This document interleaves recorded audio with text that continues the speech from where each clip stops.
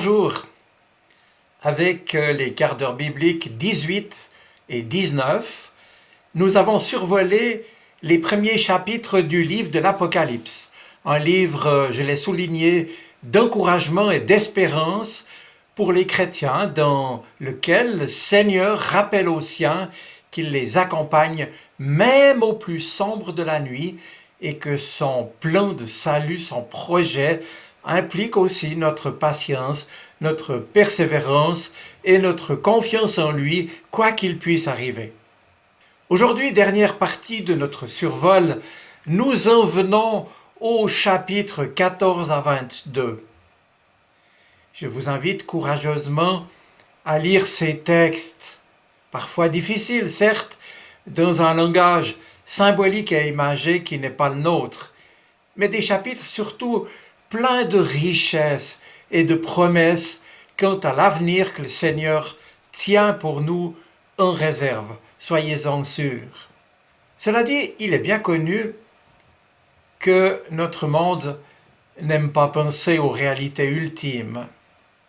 Même si celles-ci font aussi partie de notre existence humaine et qu'elles se sont rappelées particulièrement à notre pensée tous ces derniers mois marqués par ce que vous savez. Et si l'on vit dans la fidélité au Seigneur, le livre de l'Apocalypse et d'autres du Nouveau Testament nous rappellent qu'après notre mort, nous n'aurons pas peur de nous présenter face au Seigneur pour son jugement. Jugement, tiens, un sujet qui peut-être dérange, parce qu'on n'aime pas penser à cela. Pourtant, c'est encore plus certain que 2 et 2 font 4, nous aurons tous une fin, et il est bien d'y penser et de s'y préparer. Oui, cette réalité commune à chacun de nous oblige à penser à ce que nous laisserons. Mais, me direz-vous, comment sera le jour où je serai devant Jésus?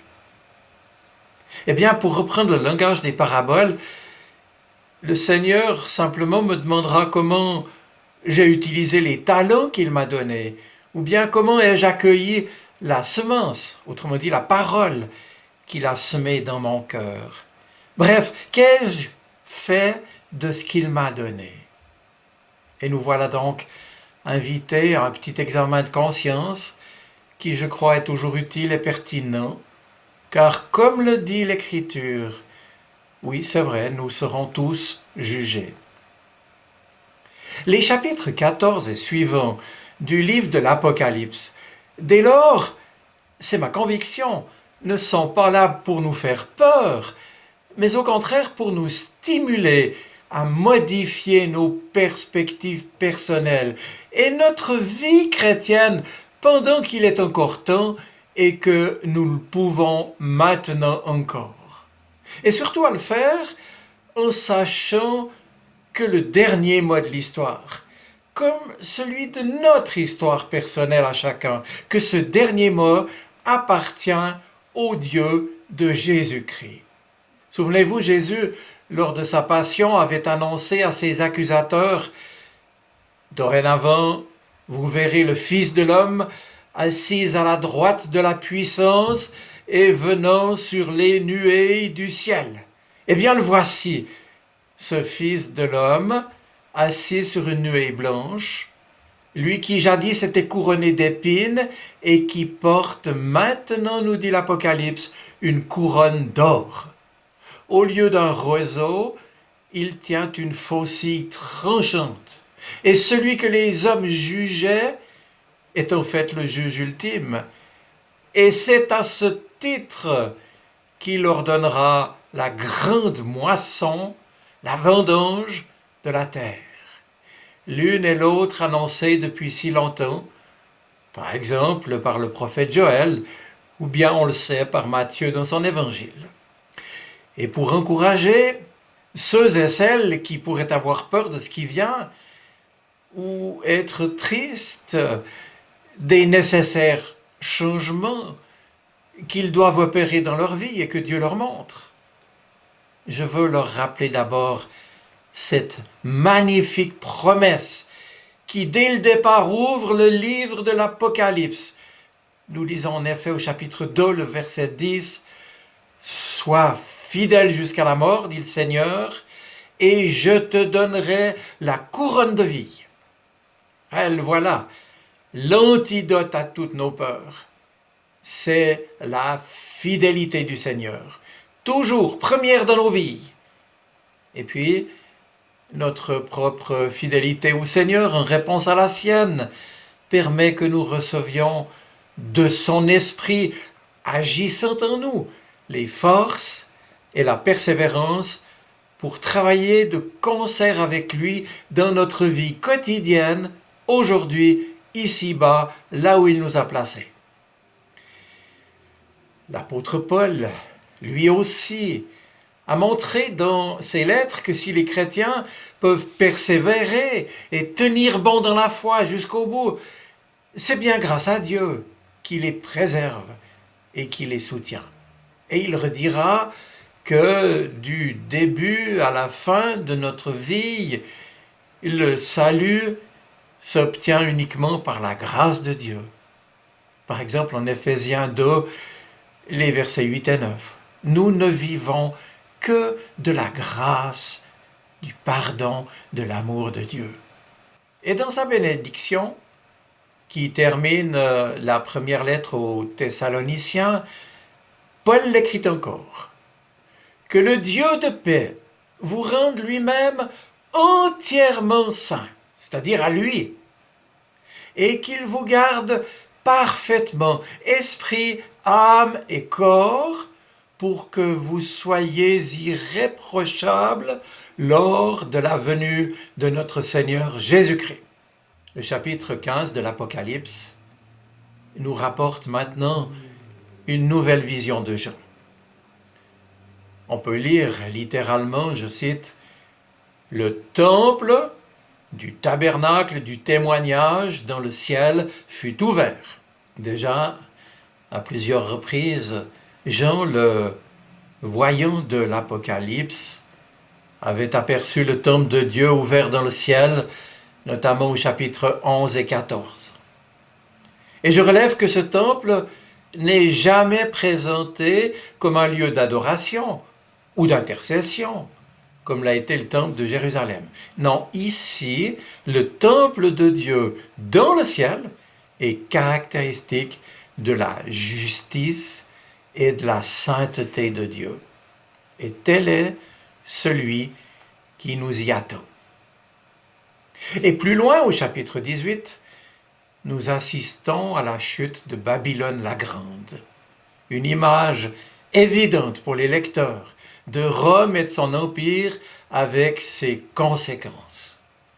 Et c'est l'événement qui est le plus longuement décrit dans le livre de l'Apocalypse.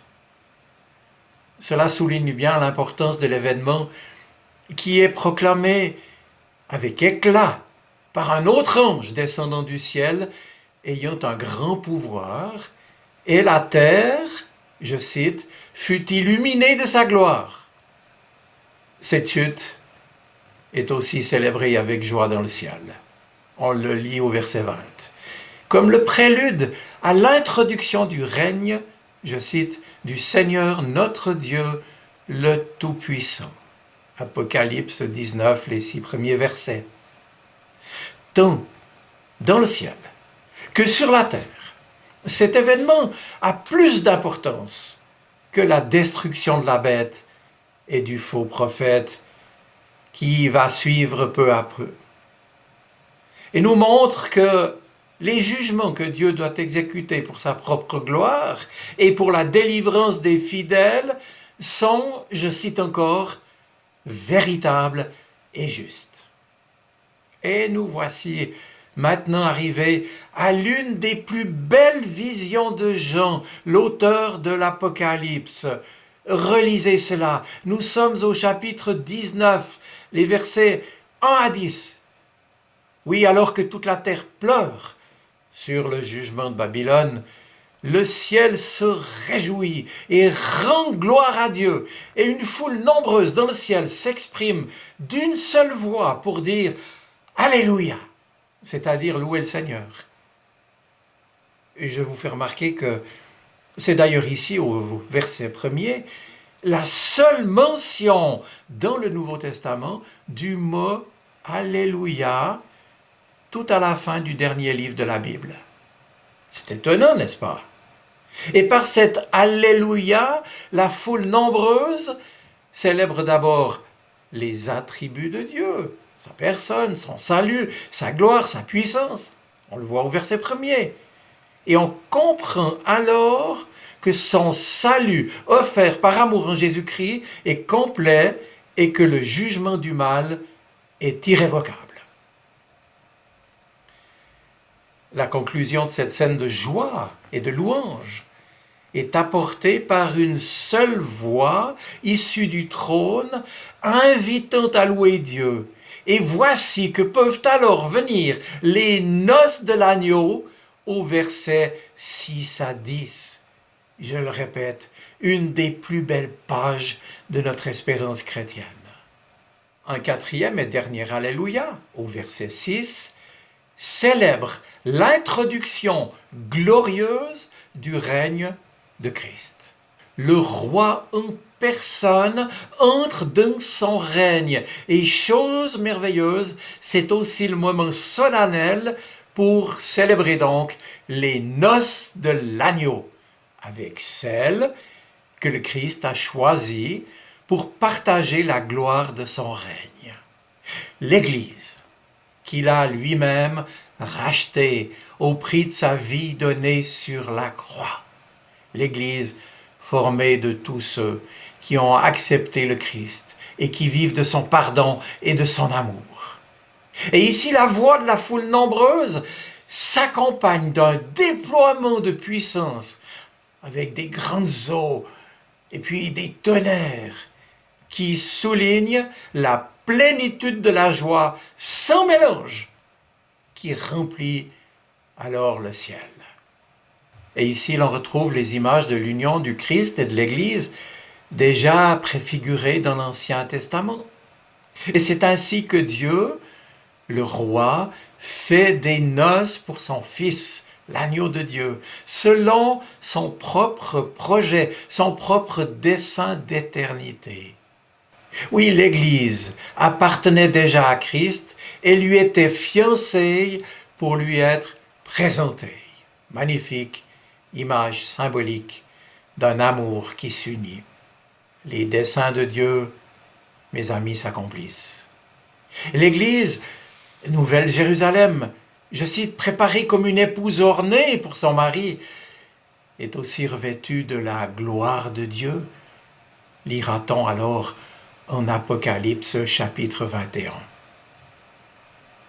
Devant ce tableau merveilleux, l'apôtre Jean se prosterne et se propose de rendre hommage à l'ange qui le lui révèle. Mais il ne convenait bien sûr pas de le faire, puisque les anges, ces créatures célestes, bien que d'un ordre supérieur aux êtres humains, les anges demeurent des serviteurs de Dieu et ne doivent pas eux-mêmes être ni priés ni adorés. Dans nos vies, mes amis, sur la terre comme au ciel, tout hommage, toute gloire doivent revenir exclusivement à Dieu. Les deux dernières visions de Jean nous dépeignent alors enfin l'état éternel comme terme de l'histoire des hommes et du monde, au chapitre 21, comme terme, comme accomplissement surtout de l'histoire du salut.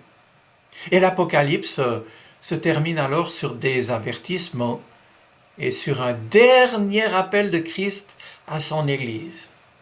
Relisez le chapitre 22. Voilà, mes amis, notre survol se termine ici. Je rappelle que dans le contexte des persécutions que subissaient les chrétiens dès la fin du 1er siècle, et que subissent certains encore aujourd'hui, et peut-être nous demain, le livre de l'Apocalypse les encourage à tenir bon, leur révélant qu'il y aura, oui, un jugement, et que le mal ne régnera pas toujours, et que la résurrection de Jésus, déjà, inaugure une ère nouvelle qui aboutira à la fin. S'accrocher pour tenir dans cette espérance a du sens, sache-le. Et aujourd'hui encore, même s'il nous est difficile parfois de lire le livre de l'Apocalypse, ce texte, plein de symbolisme, nous maintient vigilants dans l'attente de celui qui est, qui était et qui vient. Apocalypse, chapitre 1er, verset 4. Alors ensemble avec tous ceux qui nous ont précédés, avec tous ceux et toutes celles qui vivent avec nous de l'amour et de la fidélité du Christ, nous pouvons dire Maranatha. Oui, Seigneur, viens bientôt. C'est là notre prière. Je vous souhaite une bonne semaine. Soyez bénis. Amen.